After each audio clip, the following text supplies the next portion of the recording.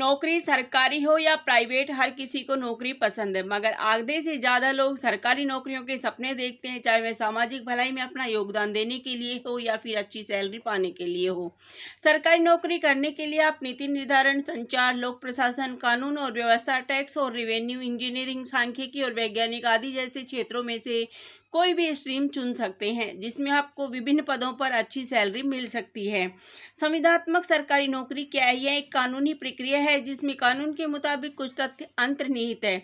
इसे और अच्छे से समझा जाए तो हम कह सकते हैं कि दो या दो से अधिक व्यक्तियों या पक्षों के बीच उनकी इच्छा के अनुरूप ऐसा समझौता जिसके तहत किसी पक्ष द्वारा प्रतिज्ञात कृत्य, व्यवहार या क्रिया के बदले दूसरे पक्ष पर कुछ देने या करने या सहने या सहमति या कोई भी विशिष्ट प्रकार का लेन देन करने का दायित्व हो, जो संबंधित पक्षों के मध्य उस विषय के संबंध में कानूनी संबंध स्थापित करने के उद्देश्य से किया गया हो, उसको संविदा कहा जाता है। बता दें कि सरकार ने संविदा के संबंध में नियम कानून भी पारित किए हैं, जिसे भारतीय संविदा अधिनियम 1872 के नाम से जाना जाता है।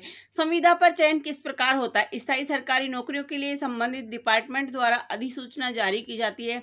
ठीक वैसे ही कॉन्ट्रैक्ट जॉब्स के लिए भी सरकारी संगठन समय समय पर अधिसूचना जारी करते हैं, जिसमें संविदा की नौकरियों में सरकारी नौकरियों की तरह के विभाग के अनुरूप अलग अलग पात्रता, मानदंड, आयु सीमा, सैलरी इत्यादि का विचार किया जाता है। संविदा नौकरी की मुख्य बातें। इस प्रकार की नौकरी में व्यक्ति को एक निश्चित वेतन मिलता है। संविदा की नौकरी में व्यक्ति के वेतन में किसी भी प्रकार की बढ़ोतरी नहीं होती है। इस तरह की नौकरी में व्यक्ति को कुछ सेवा की शर्तों के साथ नौकरी पर रखा जाता है। यदि आप उन शर्तों को नौकरी के दौरान पूरा नहीं करते हैं तो उन्हीं शर्तों का हवाला देते हुए व्यक्ति को नौकरी से हटाया जा सकता है।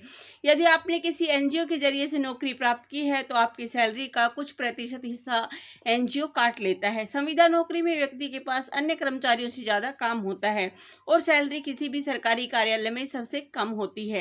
निष्कर्ष, संविदा नौकरी एक प्रकार से शासकीय नौकरी के जैसे ही होती है, जिसमें संविदा नौकरी करने वाले व्यक्ति को बिल्कुल सरकारी नौकरी वाले कर्मचारी की तरह ही हर सुविधाएं मिलती है। ऑफिस टाइमिंग से लेकर सैलरी के टाइम पर आने तक का सभी काम सरकारी, परमानेंट और संविदा नौकरी में एक जैसा ही होता है। आपको बता दें कि संविदा नौकरी करने वाले कर्मचारियों से अधिक मात्रा में कार्य लिया जाता है, मगर उन्हें परमानेंट सरकार नहीं किया जाता। यदि संविधानिक कर्मचारी किसी भी बात से असंतुष्ट होता है या अपने निजी सहायक कर्मचारियों से वाद विवाद की स्थिति उत्पन्न करता है तो उन्हें उस पद से निकाल दिया जाता है।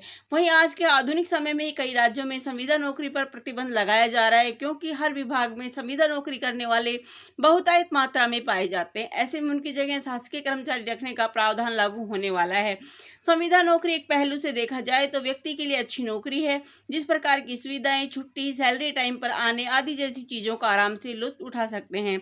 संविदा की नौकरी में एक ही दिक्कत रहती है कि यदि व्यक्ति ने दी गई शर्तों को पूरा नहीं किया, उन्होंने कभी भी नौकरी से निकाल दिया जा सकता है। धन्यवाद। जय हिंद।